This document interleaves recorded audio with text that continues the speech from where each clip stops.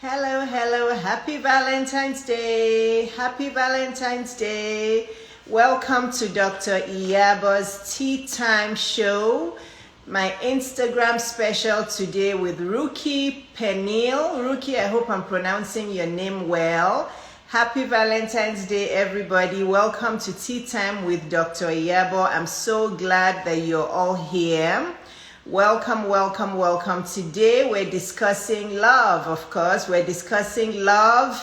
What does love and what does loving truly mean? So welcome, everybody. I'm so glad you're here. I hope your Valentine's Day has been lovely so far. I hope you guys love the singing that I gave you on the reel that I just uploaded. We were just being silly, cutting a Valentine's Day cake.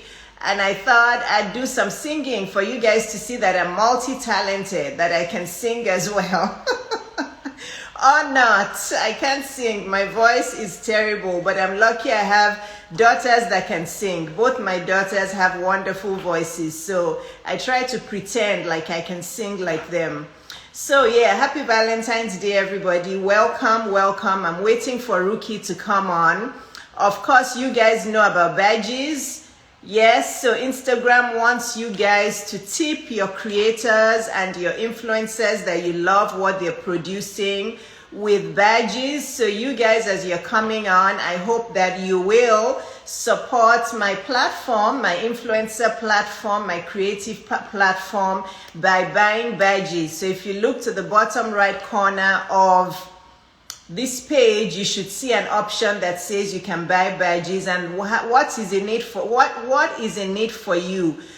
It's because the badges, once you buy the badges, you'll have a highlight of hearts next to your name, and people are able to notice you more on my page, and people are able to follow you. And of course, I will give you a shout out, of course, and I'll ask people to follow you, and your comments will also be more highlighted. So again, all through this live, I hope you guys will support my creativity, right?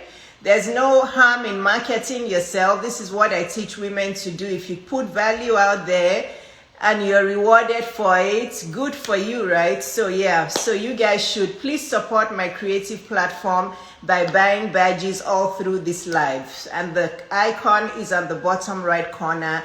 At least I think it is. Can somebody confirm with me? I think Ruckey is on. Ruckey, please request to join and let's just get into it.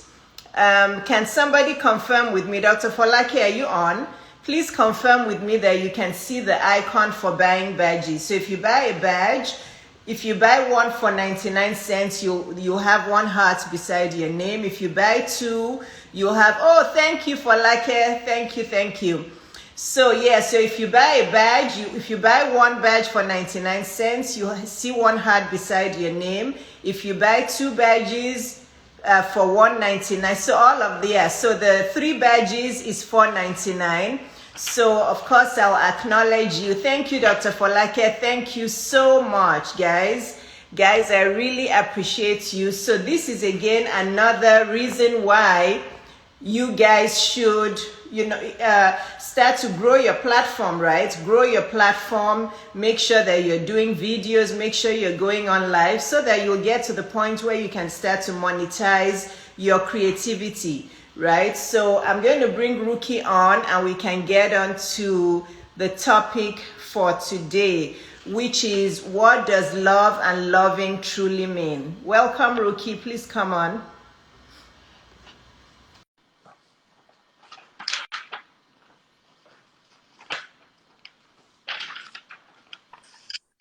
Hey, IYABO, hi. How are you? Valentine's Day. How are you? I'm doing well. So good to see you. So Same here. I just love technology, how it brings us next to each other with just I know, right? the button. I know. Yes. It's powerful. It's powerful. How are you? Good. Thanks for having me. Oh, thanks for acknowledging my request. I know you're a busy woman. Oh, So well. you guys, if you see the bio, if you see how long Ruckey's bio, if you see how long the bio is, I'm telling you, this is a multi-layered woman. Honestly, this is posted her whole bio on my page. You guys could just let it sink in. So Ruckey is a lawyer and she's a respected teacher of the word. She's also a singer. I didn't know that part of it. You can sing also. Wow. I try. Wow. She's also an author and a counselor. She's the host of Hope Now, which is an online TV program and international conference with a focus on relationships. So, and she lives in Switzerland, one of my favorite places in the world. Ruckey, I honestly want you to tell people about yourself before we dive in. I want you to also let them know where to find you, how to follow you, because I believe your biggest platform is on Facebook, not even right. I'm just warming up to IG. Yeah. Let everybody know. But you just joined IG, but your following has like grown. Most of them came from Facebook. But no, but that's the power of social media. I was looking at your followers the other day. I'm like, when Ruckey started, she had like 100 followers. Yeah, you remember, yeah? We celebrated my 3,000 followers together. Yeah, and now you're like 8,000 or something. We begged them. We begged them on Facebook. Please go to IG too. But what's the use of having 100K on Facebook and then 300 on, yeah. So tell people about your platform on Facebook, how they can find you, where they can find you. So I'm Ruckey Peniel. I just like to be known as an ambassador of hope. I bring hope now to our world. I hope as many as possible can join me on this quest. The focus, my number one passion is relationships. You know, I call myself a diehard romantic. Like IYABO said, I have this Facebook page called Ruckey Peniel, and the IG is Ruckey Peniel Hope Now. We have a YouTube page as well, which is Ruckey Peniel Hope Now as well. So I hope a lot of you will find me and follow me on IG especially. Please go to my IG page and follow. So guys, please follow Ruckey on IG. Halfway through this, I will type in, actually, let me type the title, then I'm going to type your IG. What does love and loving truly mean? Let me pin a topic of the day first. Right. Okay. Love, yeah. Your Instagram is at RUCKEY. Right. Tell me the rest, please. Oh, I see it up here. It will come up. Okay. Ruckey P Hope Now. Yes. Hope Now. Yes. Ruckey P Hope Now. Yeah. So there you go, guys, and I'm sure it shows also for you guys. Ruckey P Hope Now. Okay. Wonderful. So are you ready, Ruckey? Because I have a whole page full of questions. I can see. Yeah. Let me warm up. So let's just dive in. Let's dive in, yeah. Welcome, everybody. This is Ruckey. We're talking about what does love and loving truly mean, because sometimes Valentine's Day gets us off track. We don't really know what it is we're celebrating. So we want to bring you guys back and really understand what Valentine's Day should be about. So what does it mean, Ruckey, when to love a potential partner? A big part of my following is single women. There are many women that follow my platform. Good. Yeah, from early 20s all the way to 40s, 50s. Great. So can you say, women, what does it mean to love a potential partner? Good. I love that we have mostly singles. That's beautiful, because like I always say, at least you haven't made an error yet. So it's a good place to be. It's a good place to be. So being in love, there's something people confuse with love, with loving, you know, being in love, which is hormonal, which is environmental, like I like to call it. It works, you know, with external stimulation, and that's not what you want to base your feelings on. It's a feeling-based kind of emotion. It's emotional. That's what being in love is. It's an invitation to choose to commit to someone. However, that is different from loving someone. So being in love is usually what a lot of people get married on, which is sad. You know, I see this over and over in counseling room, that people just got married because they were so in love. The hormones were so high, you know, everything was just lovey-dovey, and they never really had time to ask themselves, Am I making this choice, you know, to love this person? Because that's what loving means. Loving means you make a choice. You decide to accept someone and not give them negative vibes. Now, that's very deep, and I'll repeat it again. Loving someone truly means that you've accepted them, warts and all, and there will be no negative vibes. And we all know that's a tall order. But a lot of people bypass that process of actually asking themselves this question: am I willing, am I ready to accept this person, everything that comes with them, the whole package, and keep on accepting them, keep on respecting them, keep on valuing them? Am I willing to do that? That's what loving really means. Loving someone is a decision to commit to enhance their life's journey. So until you're ready to do that, then you're not loving them. You may be in love with them, but loving them, loving is a verb.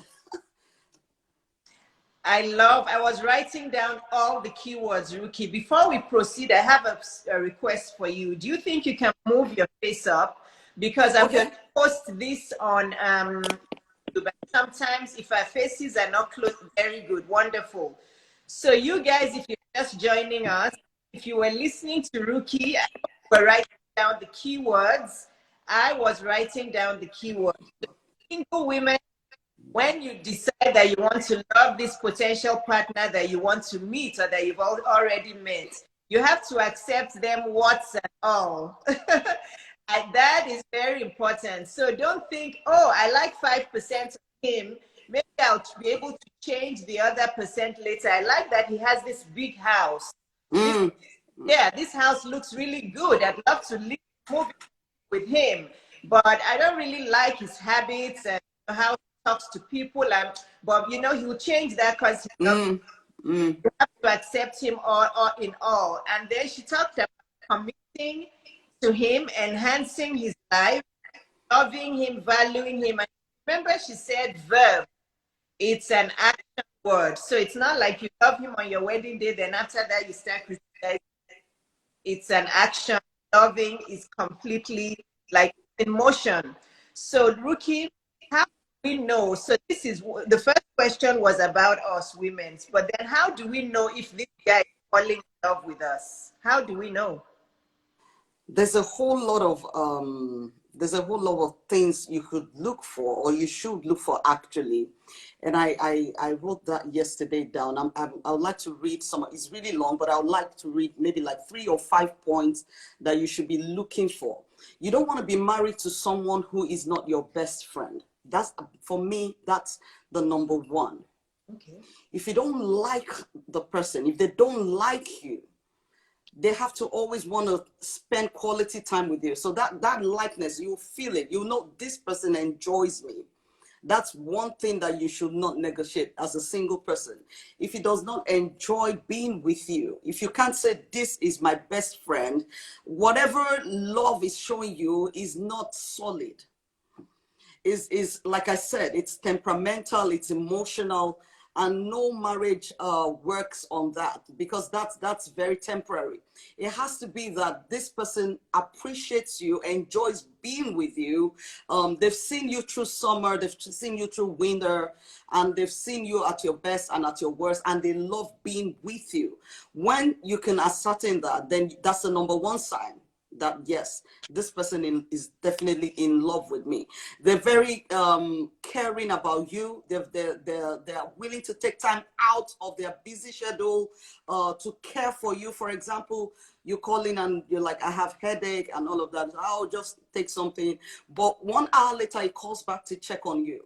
2 hours, 3 hours later, he's texting you. How are you feeling now? You can feel the love. You can feel the care. Yes. Yes. You need to be able to feel, you know, that beyond the physical, beyond what's not convenient, this person loves me. He cares for who I am, not only because he wants to hang out with me, but he cares about my well-being, you see. Because like I said, love is enhancing the journey of your partner. So they have to be willing to show you that from the get-go that they really, really care about you, the essence of who you are. Maybe you're having a difficult time at work, in your career. You can see that they are committed, they are engaged in the process with you, you know. They may not be able to help you practically. Maybe they don't understand the profession, but you know that they show the care. This is so important for women, especially because, you know, women thrive on affection. If you can't get that, and number one thing, but I get in counseling that women complain about men is emotional unavailability. Yes. And I tell them that you must have missed this during courtship at some point. There are some vital things to look out for. A man doesn't just wake up being emotionally unavailable. You know, Right. you just missed certain things when you ought to look. So for me, that's the definite number one professional advice I'll give to women. If you want to know if this guy cares about you or is loving you, the kind of love that's going to make your marriage thrive, he has to care for you deeply, really, really care for you. You know, the whole essence of you, your work, your emotional well-being, your mental health. Yeah. The first thing you said that your potential husband should be your best friend. What do you say to women who say your husband can't be your best friend? If you want a best friend, go and look for a girlfriend that is a best friend. Well, when I say best friend, because even best friends cannot be all in all and all at once. This is what I say to women as well. The idea of best friend means someone who gets you. Yes. Someone who appreciates you. Yeah. Someone with whom you can be naked and unafraid and unashamed. And when I talk about nakedness, I'm not just talking about the physical one. I mean emotional intimacy. You know, you can be transparent with them. This is what best friends do. You know, best friends got your back. They're always in your corner, right? So until you know that this guy is in my corner, he's not going to pitch tents with his friends, for example, with the guys against me, or with his family against me. You know, this is very important that you're able to ascertain that this man will be in my corner, come rain, come shine. You know, we may have our differences, but that's what best friends do. Best friends do have their conflicts as well. Yes. You know, but it's very wrong. I tell women it's very wrong to expect your husband, because even your best friend can't be that. You expect your husband to be a psychologist, you expect him to be your counselor, you expect him to be your financier, you expect him to be, you know, your gossip partner. It cannot be all it can't be all in one, you know, and all at once at the same time. So you're right. So which brings me, I like what you said, that women have to know that this man really cares for them deeply.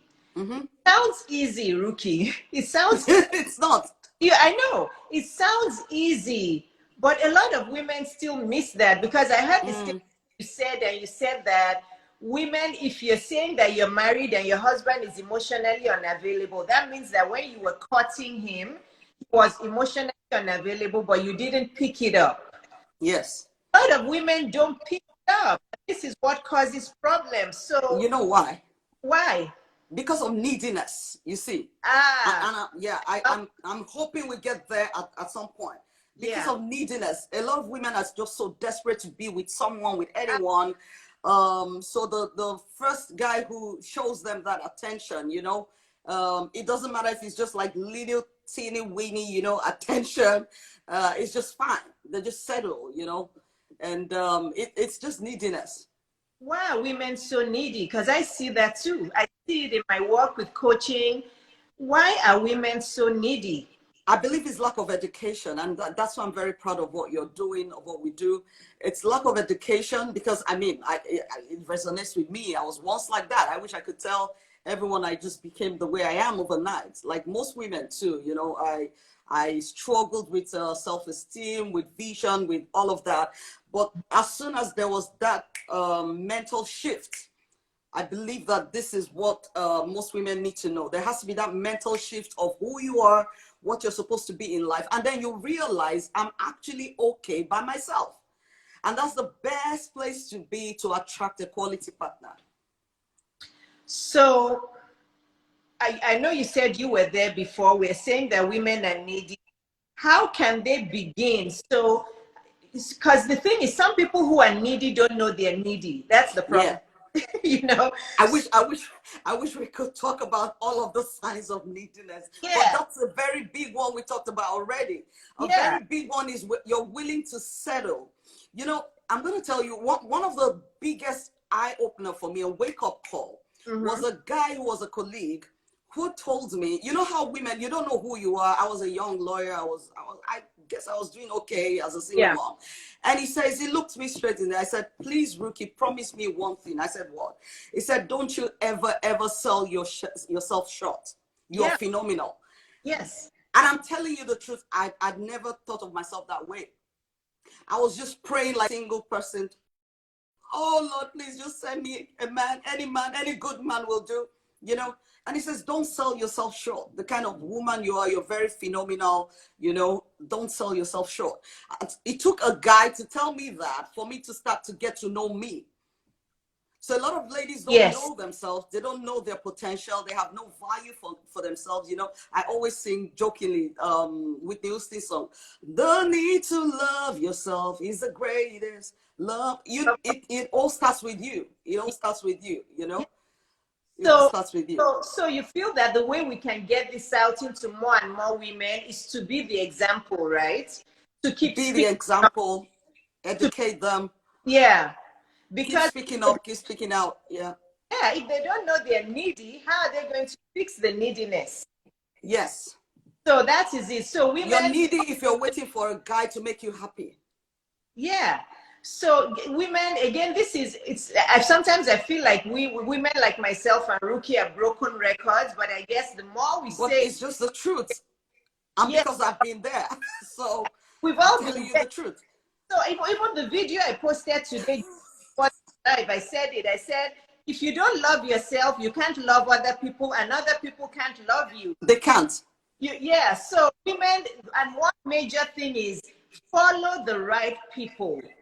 Put the Right. right people in your inner circle because Yes, yes, yes. yeah, because there's a lot of women out there that you guys look up to. I'm not putting anybody down, please. Yes. But you have to be careful who you are listening to. Choose your mentors, choose your friends. Yeah. Because some people are very passionate about what they put out there. But if you examine what it is they're putting out there, if you By really, their fruits, yeah, you know, you'll know them. you exactly. So be careful who you follow, be careful who you listen to. That's really, really important. Ruckey said the word vision. Ruckey, I want you to expand on that because What's that? vision. A vision, yes. Yes. Women don't have vision. What happens to them? Whew. Without vision, like the Bible said, my When, best referral point is give me the one. Bible. When Ruckey makes that sound and she says, "Who?" You guys just get ready. Because without vision, it's just destruction. Yeah. The people cast off restraint. I like what the book of Proverbs said. Then you just do anything. If you don't know where you're going to, everywhere will look like it. If you don't know who you are, Wow. Please say you're that. going to answer to whatever anybody calls you. Ruckey, say that again. If you don't know where you're going, Everywhere is going to look like the place. wow. Because you're confused. You know, you have no goal, you have no life vision, you have no particular set of values and principles that's guiding you. You're unhinged, you know. Just to put it very, very bluntly, you really are emotionally. You go with the flow wherever the flow is pulling you, or whatever the wave is flowing. You know. So I believe that vision is so important. You need to get in love with yourself. Get in tune also with yourself. Ask questions.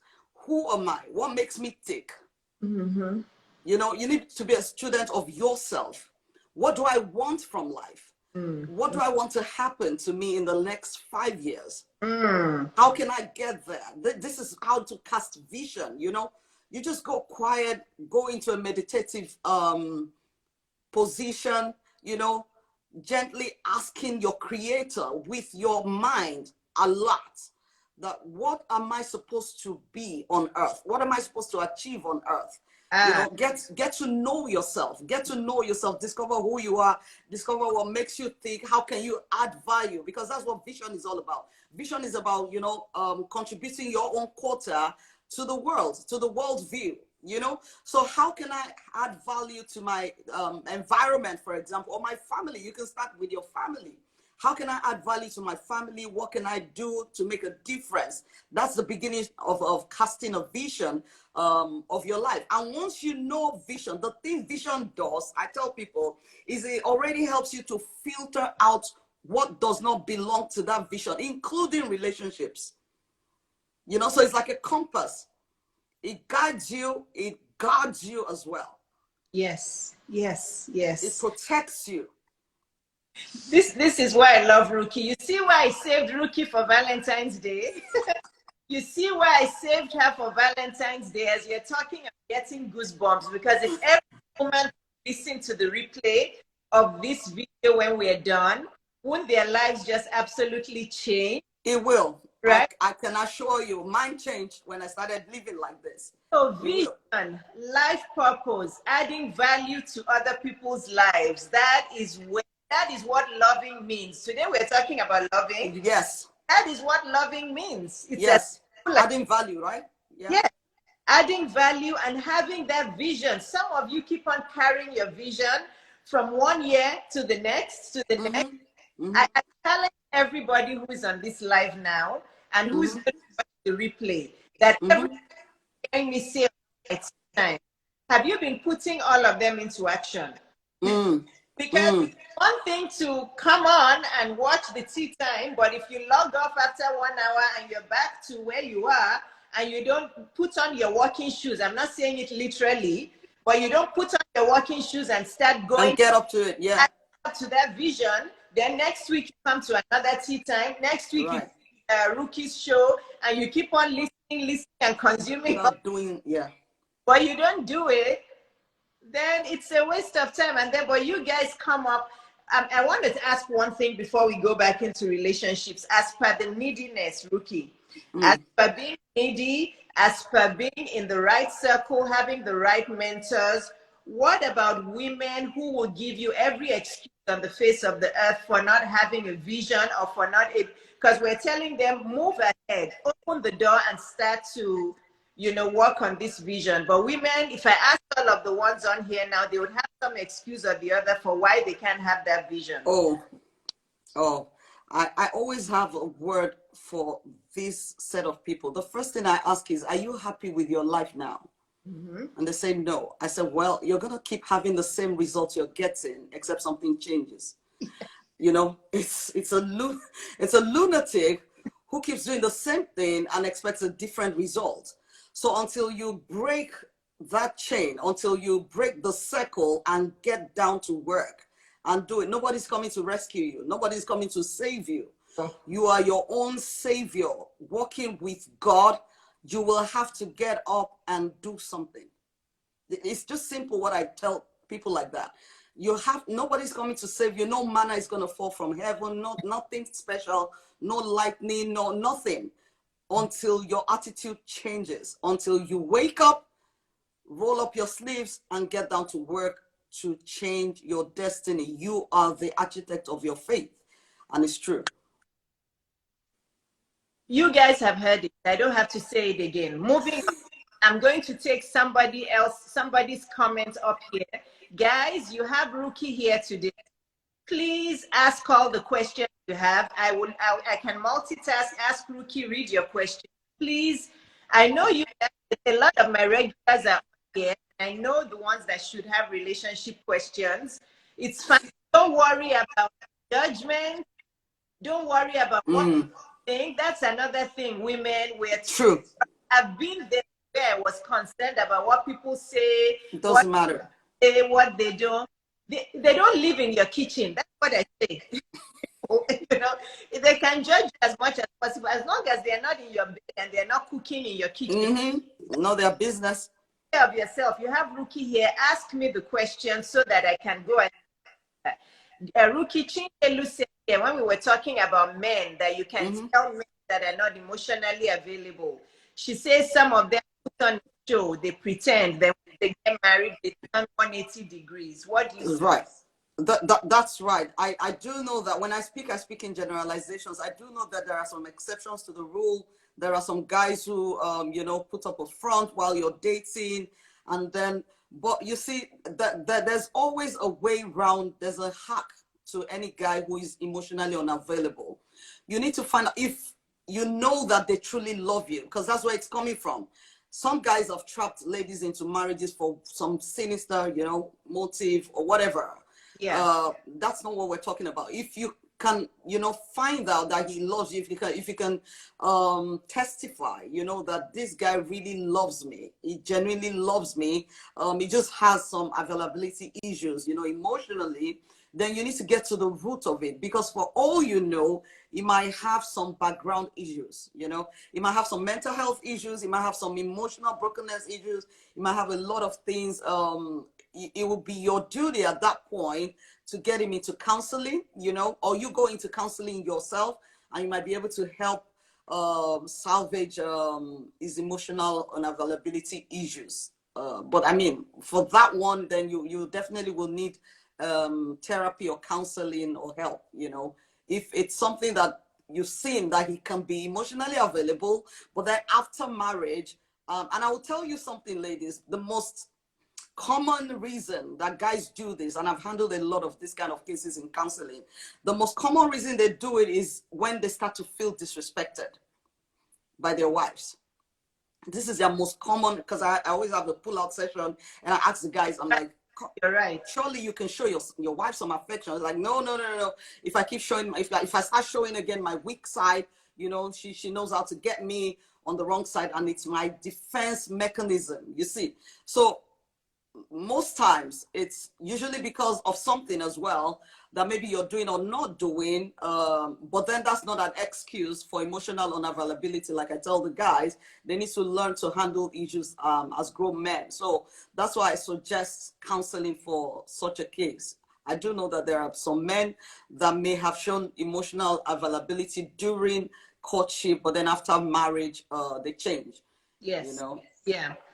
Okay, so this Scarface Beauty, I've read your question a few times. Before I pose it to Ruckey, I'm going to make one statement to you. So, Scarface, and please take this with love. You guys know I love you deeply, but sometimes I offer tough love.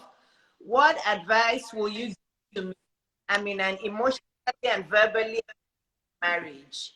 Everything is going great except for my marriage, but I have a newborn, and that's what's keeping me here. So, Scarface Beauty, you said two things that are opposite, my dear. You said that you're an emotionally and verbally abusive marriage, but else is going great. You've contradicted yourself. Yeah. Not going great. Everything else cannot go great. If you're in an emotionally and verbally abusive marriage, that is a lot of things. It is not sick. Going great. Yeah. Ruckey, over to you. It's a sick. It's already a ailing relationship, and the sad thing is that women, most women especially, are the slowest, you know, to accept this truth, you know. So I'm happy and I'm proud of you that you brought this up. Yes. Emotional abuse is a no-no. Verbal abuse is a no-no. Yes. There are ways to handle conflict in a healthy way. In fact, it's one of the signs of loving that I, you know, wrote down. A sign of loving someone is that you can disagree with them in love, you know. You can disagree with them respectfully. When someone begins to verbally abuse you, is a sign of deeper issues, you know. Most times it's nothing to do with you, because when people say, oh, you always make me abuse you, or you always make me act this way, nobody makes anybody anything. People behave or misbehave according to what they have been programmed with, you know. So for sure, if your husband, or yeah, he's your husband, obviously, if your husband thinks it's okay to verbally abuse you just because he's upset, or you did something or didn't do anything, it just shows some insecurity issues that he has. And I know that you may not want to accept that, but I'm telling you professionally, it is wrong. It is wrong. Anyone who verbally abuses another person has some emotional or maybe even mental health issues, you know. But definitely, there's some emotional down right there in their background. It may be that the way he was raised, it may be that he had some abuse issues as well, and a whole lot of things, but don't overlook it, because it's usually the threshold is just an open gate to physical abuse. Yes. Eventually, you know, once it starts to emotionally and verbally abuse you, you never know where it's going to end. So that's why you can't say everything is okay. It's not okay. What should she do, Ruckey? Please go into counseling, because obviously I know for you to have written just a liner or two liner that there are deeper issues. I can already dissect, you know, within 10-15 minutes. I can show you the heart of whatever the problem is. So please go into counseling to look at, let me tell you something. I did a program last year, and the lady called me from England and said she's been in an abusive relationship for 18 years. She had run to US and come back again, run again, and now she wants to run. And she said she was calling me because she knows the guy will come to beg her again. So I told her, I said, rather than run, then you need to deal with the problem now. Get to the root of the problem first. Yeah. How and why did this start? And then you decide what you want to do. If you want, of course, you have to leave when it's emotionally abusive. It's not good for your child. This lady, I forgot what her name is, but there's a child involved. It's not good for your child to grow up in a verbally abusive atmosphere. It's not good. It's not good at all. And babies are very sensitive. So don't even think, oh, because it's a baby, they're very sensitive. They pick all the vibes. They actually, as a pediatrician, I know babies are the yeah. Oh yeah. You think that because they're newborns, they don't know, they can feel. God has actually blessed babies with a lot of really hyperactive senses because they're not able to speak yet. So if you're a mother who's crying all the time, who's depressed, your baby can feel it, and it slows down their brain development. Because the brain, the brain of a child grows maximally between 0 years to 0 months to 3 years. So if they have a depressed mother, or they live in a place of abuse with no warmth or happiness, it actually affects development. It's been proven. So don't think it's a newborn who doesn't know what's happening. If you're yes, they can sense what's going on. So I hope that helped you. Please get help. Yes, she should get help. Yes, get help, and please contact Ruckey after this. Ruckey is a counselor. Yes. The very especially relationship and marriages. Yes. Yeah, she's a very experienced counselor. Please reach out to Ruckey after and get help. Ruckey, before I go to the next question, why do abused women keep going back? Why do they listen to men when they say they? It's complex. It's usually one, because they don't have vision. You know, two, some who have vision are afraid of environmental factors. What would people say? Some women even say, oh, I'm staying because of the children. No. Oh, yeah. I was talking to some kids the other day. They're not adults. They're like, we wish mommy left. Yes. You know? Yeah. Because what happened is we didn't have her. We didn't have daddy. And now we're messed up. Yes. Yeah. You know? Yeah. So you don't want your child, especially women. I tell women, one, you would have short-circuited your own chances of a happy life. You know, and your children's chance of knowing that abuse is a no-no. Yes. Yeah. Because what you constantly place before you, you will replicate. So if you allow your children to think abuse is okay, or abuse is part of a marriage, most likely they're going to end up also, you know, with messed up marriages. So you don't want to do that to the next generation. Please, please, please, if you're in an abusive relationship, seek help. Get out of that place first and seek help. And no matter how much the partner says they love you, let them get help. Let them go into, there has to be accountability, you know? There has to be immediately separation wherever there is abuse. Ruckey, many men don't want counseling. This is what I Well, you can't help them. You can't help a man who is not humble enough to see that he has a problem. Yeah, well, nobody can help anyone. You know that. I want us to say. I know. Because they tell me when I say in my when they DM me, I say go for counseling. They're like, he said he doesn't have a problem. Yes. Going. So what should? But this is where I tell the women, because I handle a couple of, fairly enough, actually, domestic abuse cases. A couple of the ladies eventually divorced, praise the Lord, and they got married, remarried, and all of that. I asked the woman, would you rather live, be alive, not just physically, but emotionally, Yeah. spiritually, be a human being, or will you subject yourself to being a punching bag? Your low self-esteem is like, hitting the roof. Your kids also have low self-esteem because their environment is always negative. What would you rather have? Can you make a decision? It's usually hard. It takes a couple of years for some of them to get to that point, but some actually get to the point that they realize, you know what, I choose life, I choose health, I choose well-being, rather than, subject myself. But I really believe it's low self-esteem, because that's what even brings it in the first place. Yeah. It's always a complex set of, Yeah. Women just need to know their value and go for it. Yes, and what usually leads to that low self-esteem, like Ruckey has been saying, is lack of vision. Yes. Lack of vision. Low self. You have no value for yourself. Yeah.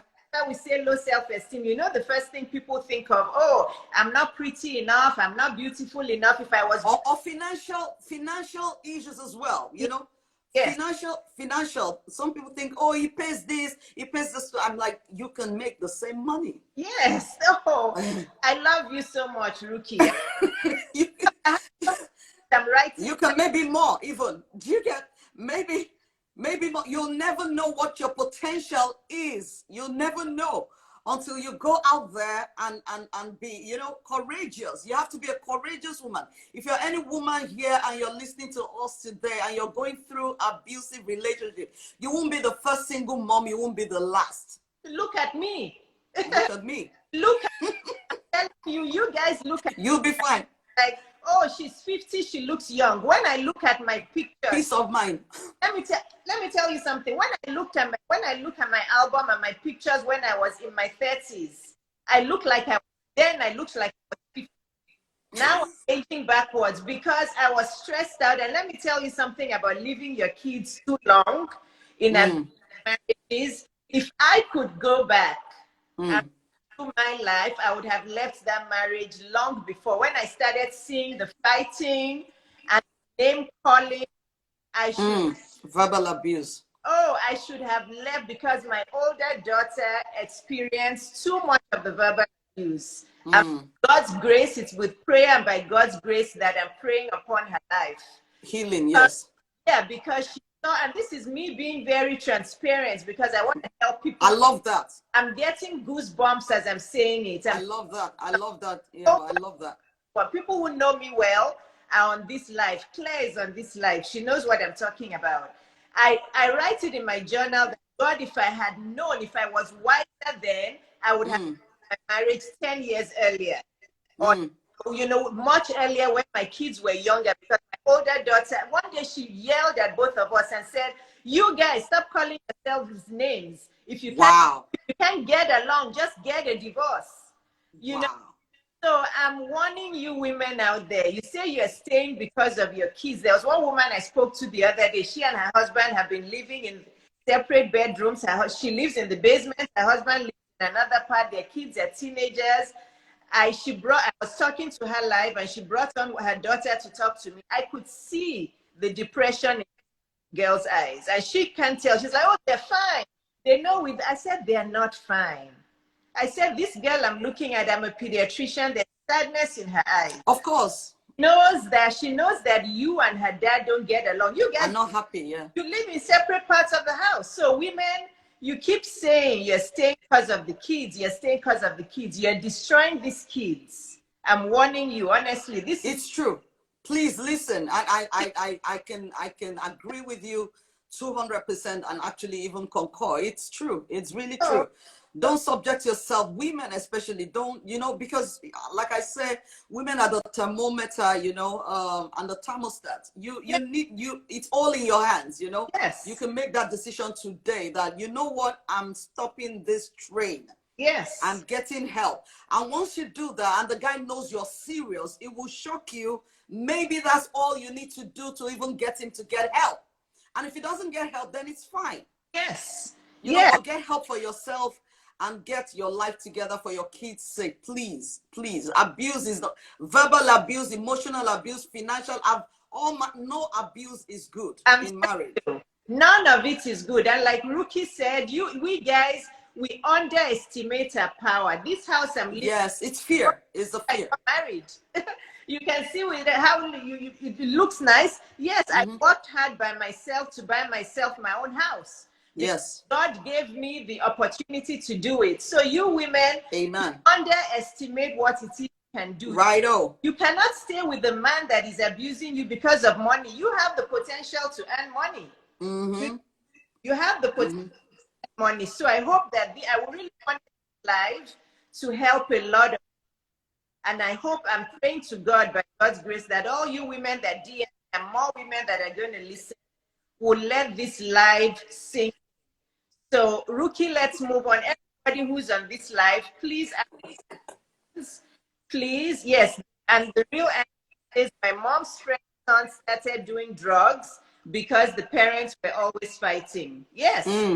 It could be drugs, and it comes in all forms of and different things that the kids can do. So please listen attentively, Ruckey. This is all part of what we've been discussing. There are many single, divorced, and married women out there. I think because some of it, but what else is responsible? I feel like it's an epidemic. Why are there so many unhappy women? Because everybody's waiting for somebody to make them happy. You see, people think when you have this mindset that my happiness is external, then you're setting up yourself for unhappiness. Because what we call happiness itself is what I call it's temperamental. You know, it's dependent on the weather. It is happiness. You know, it's subject to happening. So if you want to be happy, you need to create your happiness. You need to create the happenings, you know, that will make you happy, and not wait for someone to make you happy. That's about the most basic way I can get women to understand that the reason for your unhappiness is because you're waiting for something external to make you happy. Your happiness is going to come from you making things happen, you see, that will make you happy.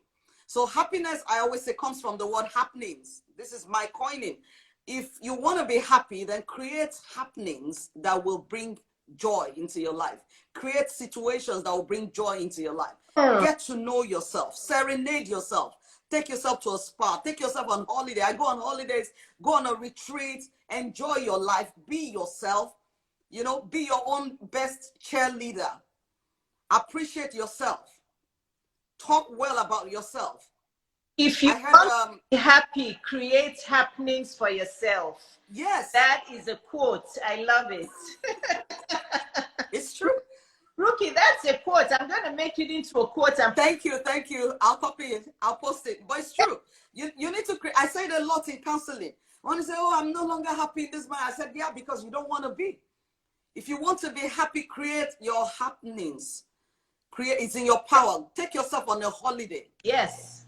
Yes. Take yourself to a spa.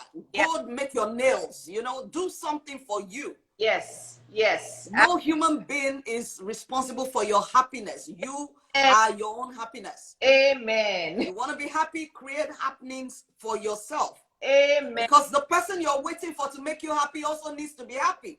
Yeah. That is right? True, right?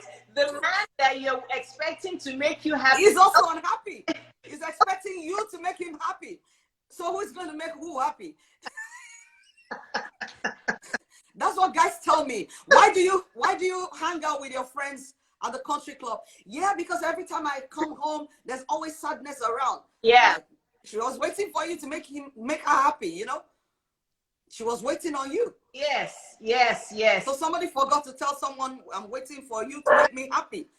Stop waiting for someone else to make you happy. Create your happenings. Go on Netflix, watch comedy, watch whatever. Just be happy. Don't worry. Be happy. Don't worry, be happy. Stop worrying about money. Do you know who your provider is? It's not any man, it's God. Come on. Amen. God. And the Bible says joy. Yes. Joy. With joy, you will draw from the wells of salvation. I believe Yes. that's what for someone. Yes. You want to be creative. You want to unlock the doors of creativity in the spiritual realm, in the psychological, physical realm. Then be happy. Yes. Create happiness for yourself. Happy, sprinkle out value, sprinkle out love, and it will come back to you. Yes. It will come back. God is your provider. Joy is the well of creativity. Yes. There's no man that is going to give you dollars. It's God that is going to give you. It's true. It's true. It's God that's going to give you dollars. You have to. God has given you the provision to help you make dollars. The creative ideas, yes. That is it. And if you know, you just need to tell. Every time I coach women and I start talking to them, I don't know this. I'm like, just talking to you for 15 minutes, I can list 5 things that you're good at, that today you can leverage to start making money for yourself. You know? God had that. Why is it that women in some parts of the world who don't have any education, they can become millionaires? Yes. Because they're using God-given gifts. My mom didn't go to one day of school. She didn't speak English or read English. My mom worked hard, and she had lots of successful businesses. Amen. Because she leveraged her creative gifts. You know, so women, you are the, and when I say this, some of you get upset and say, you are your own problem. It's true. No, really. No, really. And really. You are your own problem. Life is simple, but you guys overcomplicate it. Ruckey, my next question, how should women prioritize their life purpose, their career, and settling down with a husband? Those 3 how do they prioritize it? All those. Actually, the best marriages that I have seen, you know, with great chances of being long lasting and productive and impactful to their society, you know, is where both parties have clearly defined purpose. So they have clearly defined life purpose from the get-go. Of course, that purpose may have to evolve, you know, over time, but it was obvious that from the beginning, they both knew what they wanted. So my advice to women is that prioritize your life purpose, because your life purpose is what will determine the partner you attract. You see, so you need to approach your relationship life with clearly defined roles, goals, and objectives, like a business interview. I tell people, listen, women, this is what I say, especially women. Don't go on the next date, you know, just looking at his six-pack and looking at his eyes and, you know, just wondering how he talks. And no, go with your questions. Get ready questions. Go with a business mindset. Go with the mindset of you're interviewing someone to be your life partner. I mean, you're not going to take a partner for your business without grilling them, without vetting them. It's amazing how many women just fall mindlessly in love. Emphasis on the mindless. Please apply your mind to the matter. What's my life purpose? Does this man fit in there? I have a plan in the next 5 years to build a multi-billion-dollar or multi-million-dollar business. Will he fit into that? Or is he going to be one of those men who are jealous of my progress? Can he carry that weight? Is he able to support me? Does he care for me? Does he have the capacity? So this is the place you filter out, you know, the emotional unavailability issues and all of that, because you have sets of tests to check on this one. Prioritize your life purpose. That's the first thing. Then once you know your life purpose, most likely that leads to your career, you know, and once you're busy in your career, then you're able to attract a partner after that. You know, they know already who you are, what you're about, and you of course are also watching them to be sure that they fit. There's a fit, you know, there's a healthy fit into your lifestyle, into your life purpose, and all of that. So I believe that's the most important thing, that you need to write it down. As a matter of how to go about this, you need to write down your life purpose. You need to be very business-like about your relationships. This is who I am. This is who I am evolving to be. This is who I hope to be. This is what I hope to achieve. This will be an ideal partner, you know, of course, all the time being prayerful. But these are the goals, the set of goals I hope to achieve in the next 5, 6, 10 years. You know, have things written down, have things documented, prioritize where you are going. Like I said, if you're not sure of where you're going, then everywhere looks like it. But once you've prioritized your life purpose, that's the beginning, that's the foundational point. Then that already guides and helps your career, you know, your career choices. If you're still struggling to know what you should do and all of that, you already know your talents, you know, your vision that will help your career. And once you already know your career, that will also help, you know, in vetting out and filtering out who is the fit, the ideal partner that fits, you know, your life purpose. So this is very important, ladies, because ladies are the ones that seem not to have a voice when it comes to relationship. Sometimes some men know exactly what they want from a wife, but most women are always just looking at the very, you know, surface kind of things when it comes to choosing a husband. No, you need to look deep and find out, is this man going to be the keeper of my destiny, or is he going to be one of those abusers who will never let me thrive, or a limiting spirit? You know, women, please don't marry a limiting spirit for your husband, please. I feel like we have to have an IYABO and Ruckey series.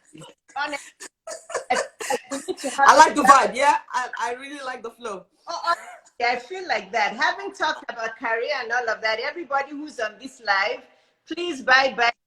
Yes, this is marketing. I'm monetizing. Of course. Man who wants to make money. So if you're loving this live, look at the right hand corner of the page and please buy badges from 99 cents to $4.99, because I do want to monetize my creativity, and Instagram has given me the opportunity. There are two women on here that I'm concerned about, and I say that with all due respect. I'm concerned about Sasha Bayek and who asked us that other question? Let me see. Sasha Bayek and the first lady. I forget her name. Sasha, the first, and Faced Beauty. Please, I plead with you. Can you guys message myself or Ruckey when we're done? Can you please send us, because your questions make me very comfortable. I'm concerned for life and what it is that you're asking. Obvious that you do need help, and you really need help more than this live that we're doing. Because Sasha Bayek, you said that your husband said he has repented and wants forgiveness, but you can't forgive. It's been 5 years and you're not in love with him, you're lonely. What should she do? And then you should go into counseling. He should definitely go into counseling. And what I say to women in this case is that you have a leverage. You don't just deny that you're hurt, you're heartbroken. Yes, it's broken a trust. And just like any accident or any, you know, major negative issue that happens in life, you can't just pretend by sweeping it under, you know, the carpet. You need to follow the proper healing process, you know. And one of the proper healing process, especially for what do you call it now? There's a name we call it in counseling. It just escaped me now. Is that they go into counseling. Is their number one sign to show you that they are willing to make it work and they're willing to change. They're submitting to an accountability partner. It's very important. It's very important. So don't just sit in there with your pain. There are techniques used in this kind of counseling. They need to go through that with you. They need to show the motivation and humility, you know, to help you regain your confidence in them. So the onus lies on him, on the partner who cheated, to, you know, regain your trust again. Yes, a broken trust is definitely an after effect of, you know, cheating. It's nothing to talk about. Yeah. So I totally get your pain. I totally get that you don't love him anymore. We're talking about, I'm sure you're still loving him, you're just not in love with him. But all of that takes, you know, a healing process, and you need to submit yourselves to counseling, both of you actually, especially him. It starts with him, and then you'll have a joint couple counseling, you know. So, ladies, I hope you're getting what we're saying. Please listen to the practical terms. Ruckey has said if you're having issues like that in your marriage, you need to ask your husband to go to counseling by himself. If he refuses the counseling, that's an issue for you. That means he's not willing to work on. Yes. Okay? Yes. Life is. Because most men in that case, if they really want to fight for their marriage, they're more than willing to do anything. Yes. So that's why I said leverage it, and don't just simply listen to it. I'm sorry. Ask him to do something to subject himself to accountability, you know, and the healing process, you know. Yes. So he has to go to counseling. If he refuses to go to counseling, there's your answer. Yeah. Not willing to work on the marriage, then at that point, do you want to be lonely forever? Sad or depressed forever? I'm sorry. Tough love, your losses, and you move on. Make up your mind. Yes. There are also many comments on here, Ruckey. Let's talk about. Okay. There are many single, well, a few single women think that's why they don't want to get married, because they're scared of cheating that society has normalized. So can you expand on this problem, because it is concerning a lot of women who say, can we talk about that? Yes, I would like to, you know, it's like when women say, you know, there are no good men out there, or all men are cheats, you know, and all of that. These are generalizations. And I always tell women, be careful, you know, not to generalize, because there are exceptions to the rule. I mean, this is one thing law school taught me, that for every rule, there's an exception. So what you should focus on, and what you're looking for, is what you get. What you're searching for is what you get. What you keep before your eyes is what you get. So if you have before your mind's eye the idea that all men are cheats, there are no good men out there, and all of that, most probably that's what you will keep finding. Yes, you see, you're right. This is a spiritual and a psychological truth. Yeah. You need to focus on the fact that, yes, it may be true that there are men who cheat, you know, it may be true that some men are not good, but I do know that because I'm a good woman, because I'm a good thing, I'm going to attract, by God's help, a good man who will not cheat on me, you know. And of course, during premarital season, you need to do things as well. There are ways that you can, you know, there are tricks that I share with singles about how to know if this guy, I put them through some tests, you know, has a propensity to cheat, you know. Of course, that's not a foolproof or fail-proof system, but it's worked a lot to show. The guys will tell you why they cheat, except the ones who have like really deep, you know, psychological issues. They will tell you what situations they might be, how do you call it now? They might be pushed, you know, to cheat. We asked the guy once, he said, yeah, the day my wife stops cooking for me. So, you know, that was an opportunity to start to counsel him that, okay, what if she's not able to cook? What if she was in an accident? You see what I'm talking about? What if she was in an accident, or she had a baby or whatever, and she's not able to cook, you know? But I mean, there are ways you can already filter out a potential cheat. That's where I'm going. A potential cheat premaritally, you know. Of course, it's not guaranteed, like I said, but as long as you don't focus on that, you know, chances are you won't get one. If you're focusing on all men are cheats, all men are not good, most men are swines, and all of those negative talks, chances are those are the kind of men that you will attract.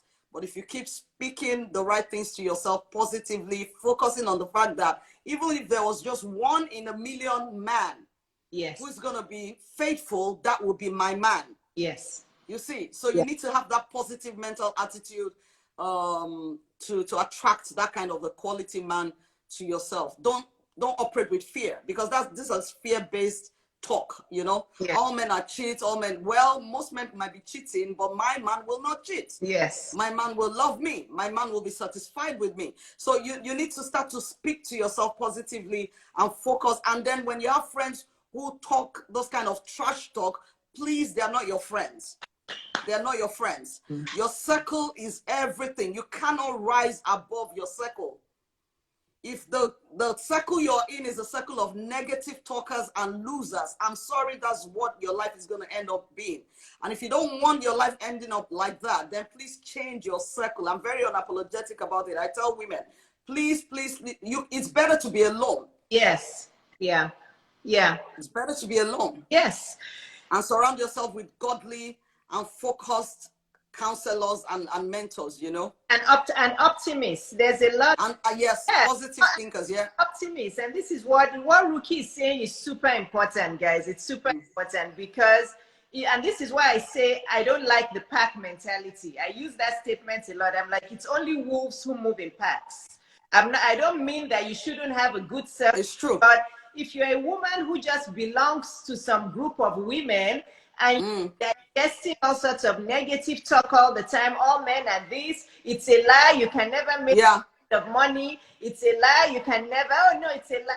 That's what you're going to get. I've given example. When I try to start my business, everybody like, bad idea, job, it will never work, it will collapse, it was only my dad that said, IYABO, stop listening to all of them. Go and set up their business. The business is still open today and it's still good. Wow.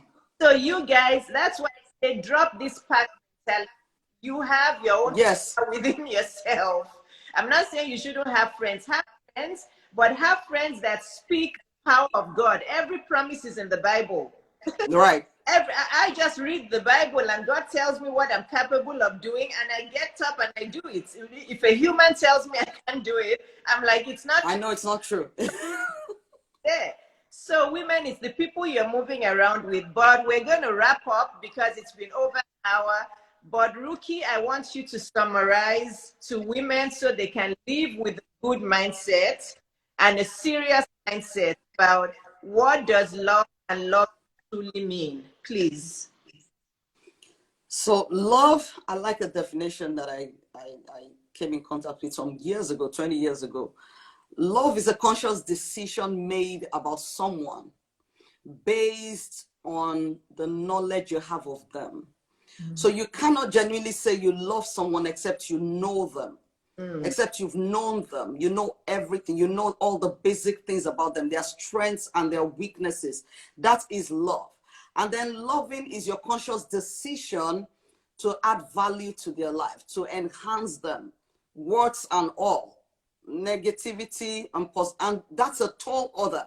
So you can't just go around loving everybody. And I'm not talking about the basic, agape that you have to have for every human being. Yeah. But that commitment love, you can't go around just giving it to anyhow person. You need to know that you know this person, get to know them. And until you get to know them, you cannot make that educated decision of, can I love them? You see, this is what trips up a lot of women in marriage, and they go like, oh, he deceived me and I was deceived. I'm like, no, you just didn't do the due diligence. You didn't take time to find out who they really are. Yeah. So true love, genuine loving comes based on a decision, and then you roll your sleeve and go like, okay, I'm gonna be in your corner. That's the best summary I can give. Wonderful. Please remind women about vision. Vision. Yes. Oh yes, ladies, please, I beg you, get a vision. Get your life vision. Have a vision board. From tonight, maybe you should go get a board, cardboard, anything, and prayerfully ask yourself, what do I want to achieve in the next 5 years? Let's start with this year alone. What do I want to happen this year for myself as a person? What do I need to do to make my life better? What can I do if you have kids, if you're a single mom or anything, or you're a mother? What can I do for my children to, create value for their life? And if you're waiting on God for a husband, what can I do to make myself available and ready to become the kind of woman whose husband will be a king? Because this is what I say to ladies. You want a quality man, then you need to become a quality woman. Yes. You can't have what you don't want. You can't want what you don't have. No. You can't. You get exactly, like I say to people, you attract after your likeness. So people get married. I was just talking about that today with her. She said, yeah, well, I got married. I don't even know. I don't know this man and everything. I said, yeah, now you don't know him because you have evolved and he did not. But by the time you met, you were the same. You attract after your likeness, you know? Yes. People attract after their likeness. Wherever you are at right now, that's the kind of relationship you will attract. So if you don't like any relationships around you right now, you want to take a step. IYABO talked about the pack, you know, mentality. If you don't like what's going on around you relationship wise, like some women say, oh, I always attract married men. You need to take a step back and ask yourself why. Yes, thank you. Why? Thank you, Ruckey. I got that question last week from a woman who said, women ask a lot. Married men. And I'm like, why are you going to the places where married men are? What are you doing there? Where are their wives? Why? You need to ask yourself, why am I attracting this, you know? So until you change the part that you bring into the relationship, you can't change the outcome. It all starts with you. Ruckey, we love you. I know it's love you too. I don't want love you too. It's been so wonderful. Husband. I don't want your husband to say, who is that doctor? I know, right? Who is on Valentine's Day? Have my wife's attention on Valentine's. I told him, I said it's a special one. Because for my special sister. I know it's almost 9 p.m. in Switzerland. Right. Oh, it's 8:11 p.m. Oh yeah, so let's. But we've been having a ball since morning, yeah. Oh, but we just need to go have a nightcap. Wonderful. I'm going to have the replay on my YouTube page, and I'm going to. I look forward to it. And I can send you the link also if you would like. That would be so nice. Thank you. So everybody, please say thank you to Ruckey because she's just a gem. She's a jewel. She's a God. Thank you. So thank you for having me. Follow her. You better start following her on all platforms. Thank you, everyone. And if you're a single, married, or divorced woman who needs counseling and needs help, go and seek Ruckey's help, please. Thank you, Ruckey. We love you. I'll be happy to. Love you, my sis. Thank you, everyone. Take care. Happy Valentine's Day. Yeah, same to you. Bye, lovies. Bye.